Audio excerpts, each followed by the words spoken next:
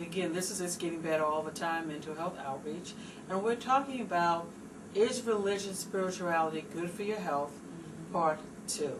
And we've spent some time talking about how the positive aspects of religion and spirituality, and now we're looking at some of the negative aspects. And one of the things we talked about, a religion or spirituality that makes us believe that God is always out to zap us, is not a good thing. Feeling abandoned and feeling sinful. And we made the point how, you know, sin is a good thing. Feeling sinful can be a good thing. Yes. But if that feeling doesn't draw us closer to God, you're talking about the grace of God, then it's not a good thing. That's right. Because if we go around feeling sinful and, you know, like we just not worth anything, then that's not a good thing. You know? And I've come to understand that even though God has forgiven us, a lot of people have not forgiven themselves. So they keep themselves in a condemnation mode, not able to move forward because of feeling condemned at all times. And you know, feeling sinful, if to use that word, is actually another aspect of God's love. You know, because that feeling lets us know that God still loves us and He wants us to make a change, and then we can move forward. So, I mean, that can be a positive thing. But if we get so stuck on it, and we're talking about condemned, then that's not a good thing. And when I feel sinful to the point that it causes me to have a broken heart, okay, a repentant heart before the Lord, that's where the positive comes in. But if it's to the point like, oh, I've done this and I'm just doomed, this is it, I'm never going to be able to, you know, and God can't love me with me doing this, then yes, that's what we're talking about, the negative. Okay. Another negative aspect of religion, spirituality, and I hear this all the time, and I always challenge people when they say this, but afraid to express anger or ask questions can negatively impact mental health if not resolved. You have people who are afraid to express anger towards God, or they're afraid to, or to be real with God, or afraid to ask questions. So, am I saying to someone that my God is not big enough, great enough, compassionate enough, loving enough to be able, he knows me, me inside and out, okay? He knows if I have a temper, okay? He knows if I'm struggling with negative thoughts. He knows if I'm quick to speak out of my mouth and then feel sorry about it later. Are you saying to me that my God is not big enough to handle these things? And then again, we talked about negative thinking before, and then the negative aspects. You know, that kind of stuff keeps you hopeless. Yes. Because if you get, because I'm telling you, I've heard people say this before. It's okay to have a problem for 1 week, 2 weeks, a year, or 2 years. But the longer you have a problem, the more people. You may have a whole bunch of friends starting out, but as that years go on, those people begin to drift away, and they begin to, I call it, blame the victim. They begin to wonder what's wrong with you, and they start to withdraw from you. Okay, so I'm saying if you're in that situation and you have people withdrawing from you, and you have this mindset or this spiritual belief that makes you feel that you can't ask God questions, then you're going to feel stuck. Absolutely. You know, because who can you ask? But we want you to know you have a God that you can ask anything. Well, you know what? I've come to understand that people have a tendency to put God on the same plane as people. Okay? And when I do that, if I use a person who's always beating me down as what my God is like, then no. I'm not going to have a positive image of Him. Okay? But when I come to the realization of who He really is, then and then only can I overcome these feelings that, oh, no, I can't. If I say that, if I tell God how I really feel about this, He's going to get me. Like it's really a secret. Right. Yeah. You know, He said He know my thoughts. You know, He said that my thoughts are as far from the east. The thoughts compared to His thoughts as far as east is from the west. He already knows that. Okay? If He knew, I mean, since He knows that, He told me to let this mind be in me, which was also in Christ Jesus. If all of my thoughts were going to always be great, he wouldn't have had to tell me anything like that. He would not have had to tell me to renew my mind. Okay, he would not have had to tell me cast all of my cares on him before, because he cared for me.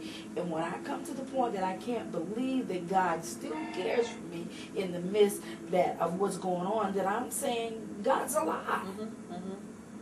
And so we want people to know that it's okay to ask God questions, and it's okay to express your feelings. It's okay with that.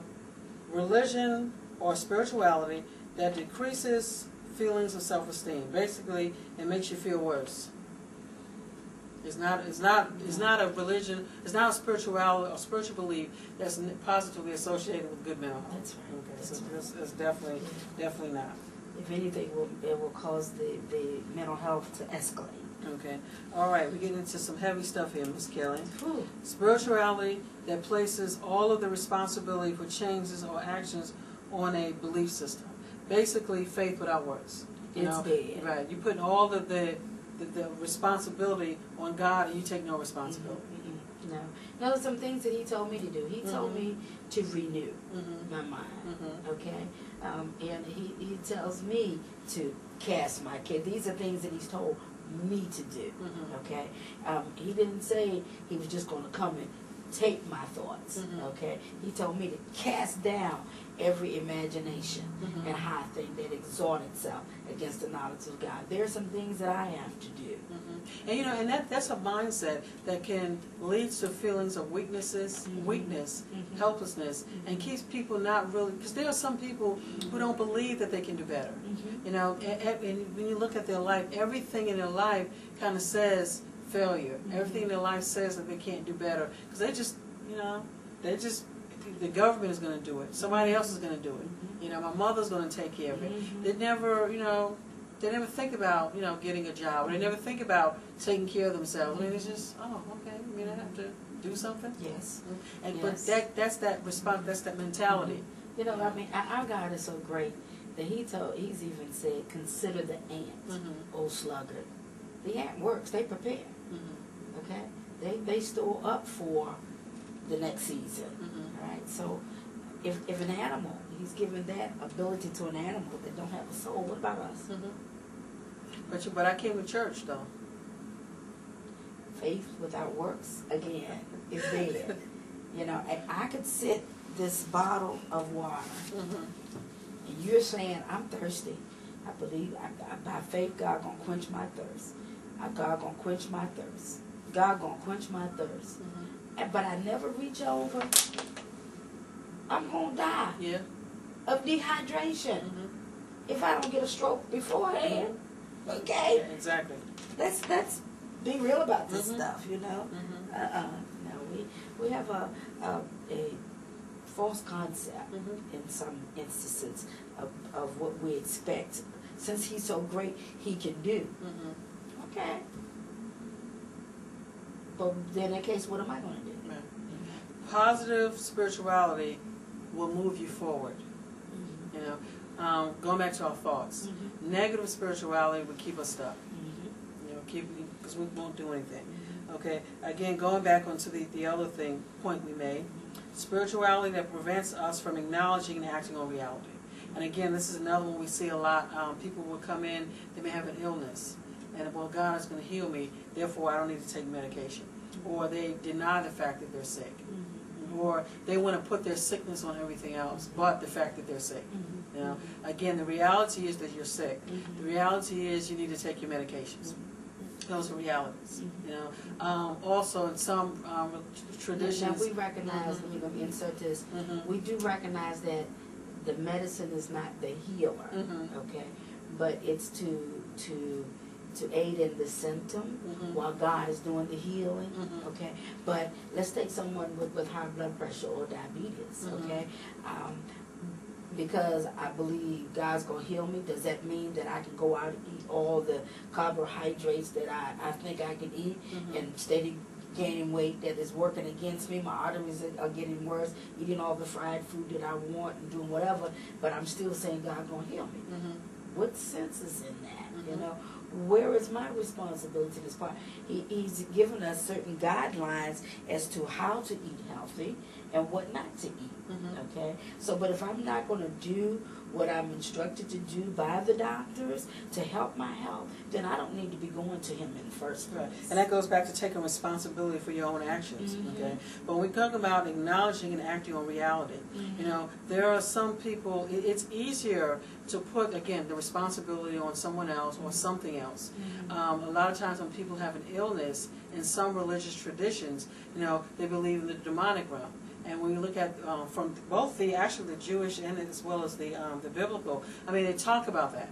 But we realize that does exist. But for many people walking around, the bottom line is that you're just sick. These bodies get sick. There's a chemical imbalance, there's an imbalance somewhere in the brain, and for whatever reason, you'll be sick. Okay? So we have to acknowledge that reality. The reality is you're sick, you're going to have to do something about it, or not, and you're going to die quicker. You know, so again, it's just really, as opposed to putting all of the responsibility on God, when He's already provided us with tools that we can take advantage of. And coming to the reality, you know, some people would say, well, I asked God to heal me. He told me if I asked anything in His name, okay, I asked Him to heal me, and He did not heal me. Well, you know, he may not physically heal this body, but He can heal my attitude about what I'm going through, you know. And I'm not saying that don't be expecting God to you know, do any healing in the body, working any miracles and stuff, because we know He can. But like the Hebrew boy said, even if He don't, I know He's able, and that's where my satisfaction should be. That even if He doesn't, I know He can, but He'll teach me how to endure through this. And it goes back to the next thing. Again, we're talking about religion and spirituality. Does it help? And right now we're talking about some of the negative things or the negative ways that spirituality can detract from positive mental health. A faith system that makes us, that believes that taking medication makes one less of a believer is not a helpful situation. Okay? Because if you need to take the medications, you take the medications. Okay? It doesn't mean that you don't believe God, because you have to take them. Belief that expressing a negative emotion equals a lack of spiritual, religious, or commitment. Just because you express how you feel doesn't mean that you don't love God or that there's something wrong with your religion or spirituality. You know, we're human. Even Jesus Christ on the cross expressed feelings. Okay. A faith in a religious or spiritual belief that does not lead to positive action is not helpful. Like we said before, a religious or a spiritual tradition that keeps you stuck is one that's not good for you. It's not one that's going to draw you closer to where you need to be. And the question, well, where do I need to be? You need to be, I need to be, all of us need to be on a path that's drawing us closer to the plan of God for our lives. That's right. I don't think no one wants to come to the end of their life and feel like they've just wasted their lives. That's right. Or have had a lot of regrets. You know, I could have did this, I could have did this. Because the reality is, there are some things that if we don't do now, we're not going to be able to do. People will say, oh, you can do it anytime. No. There's some things that you're not going to be able to do at 95 that you could have done when you were 25. That's right. You know, number one, you're just not going to have the strength. That's right. You know, you may be strong still, but you're not going to have the strength. The seasons, the whole, everything else around you is going to change. That's right. So the reason why it's so important that we challenge our thoughts, which we talked about before, why it's so important that we incorporate positive or healthy spirituality and religious beliefs into our lives is because we need to do something with our lives for God. Yes, we do. You know, having a mental illness, having an illness doesn't take away from that at all. Okay, now you were going to say. And we're going to just have confidence in the fact that, number one, He made us, and He knows what's needed for each and every one of us.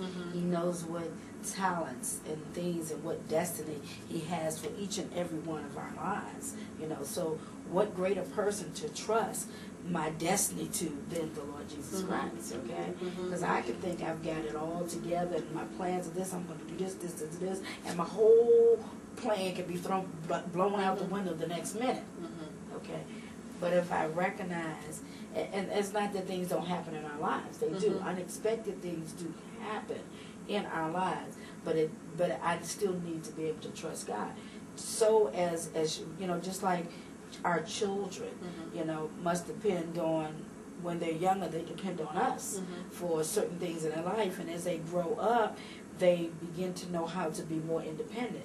The difference being is the children learn to provide for themselves when they get to a certain age where they can go out now, they can go walking by themselves, they can go to the store, they can do whatever, they go away to college and all those things. In the midst of all that, I need to realize that without God, I can't do anything. So, you know, until my mindset is I'm His child. He knows what I need.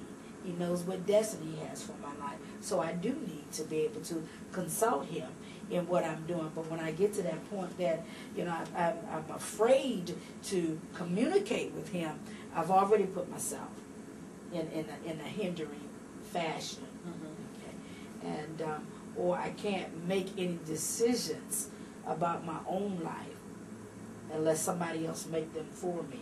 You know, then I've hindered my life right there. And that's one of those negative aspects, you know, that I shouldn't, you know, we say, well, go to God and pray, you know, in some religions and everything, but don't you make a move till you come and consult me first. When do I get to the point that I have my own personal relationship? Well, I think you get to that point when you start thinking that way.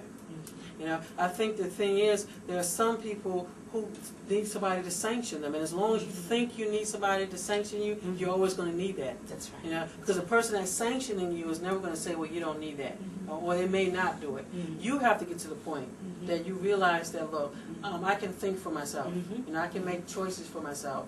You know, because the bottom line is, it's between you, and your relationship with God. You know, not, you know, you and somebody else. And so the question is, I'm going to be held accountable. You're going to be held accountable for what you did with your life, you know, to God, not to the other person. You know, you can't say, well, you know, Miss Sherry Kelly, I felt like I wanted to do this, but Miss Sherry Kelly said I couldn't do it, and that's going to be an excuse. Because basically what you're saying is that, what I'm saying is that Miss Sherry Kelly is more important than the God who called me. Well, He's already told us that we should have no other God before Him. But we do that when we allow other people to tell us what we should do. You know, that's what we're doing. And we want to be sure that in what as we are seeking God, that we're seeking the true and living God. Okay, because anything that I'm in that does not point me to the true and living God, I need to reevaluate. So again, we were talking about, does religion, spirituality help? And we started out looking at some of the research. We started looking at some of the positive aspects from the literature, and also some of the negative aspects.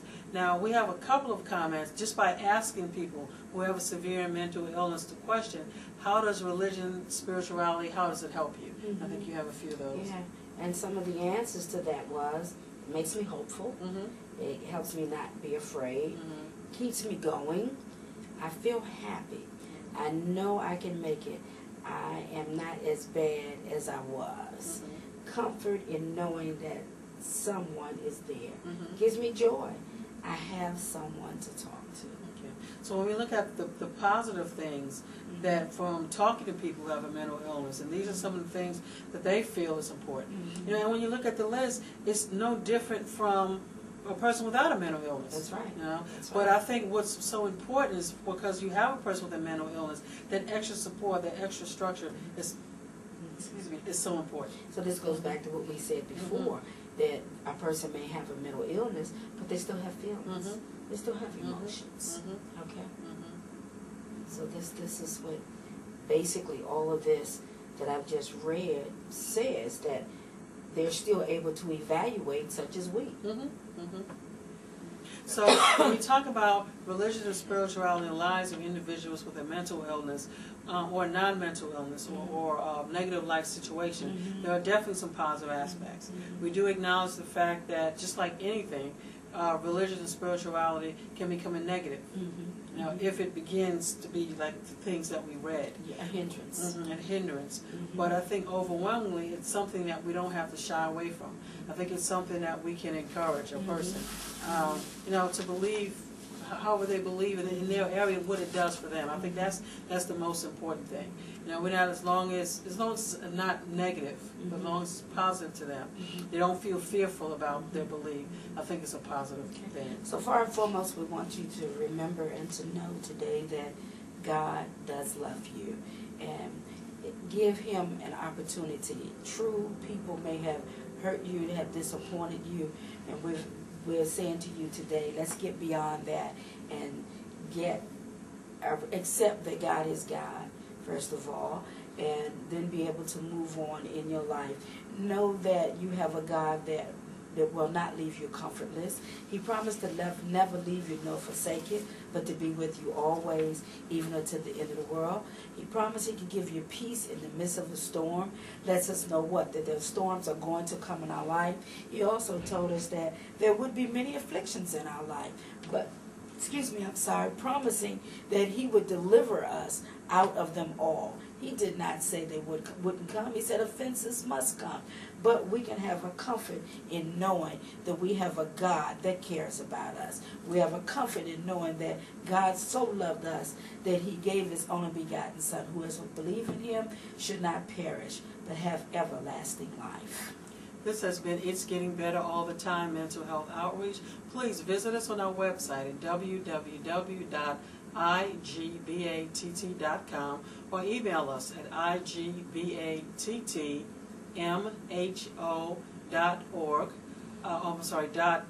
igbattmho@aol.com. Again, just email us. This has been It's Getting Better All the Time Mental Health Outreach. Please visit us on our website at www.igbatt.com. And be encouraged.